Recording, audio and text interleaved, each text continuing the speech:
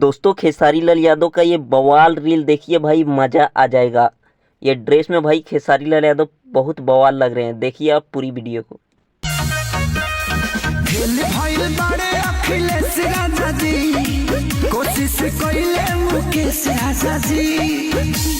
और दोस्तों आप सभी को बता दूं कि खेसारी लाल यादव का एक सॉन्ग आने वाला है भैया, लखनऊ सुपर जायंट्स के आईपीएल के खिलाफ।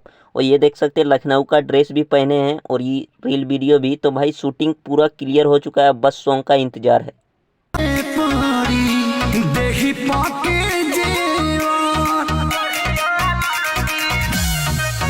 और ये वीडियो आते ही भाई काफ़ी तेज़ी से वायरल हो रहा है और सभी लोग भाई इस सॉन्ग का इंतज़ार कर रहे हैं। ये और भाई सॉन्ग में यही एक्ट्रेस भी है और खेसारी लाल यादव खुद हैं, तो बवाल होने वाला है। इंतज़ार करते हैं सॉन्ग का। और फिलहाल के लिए बढ़िया लागेला ये ड्रेस।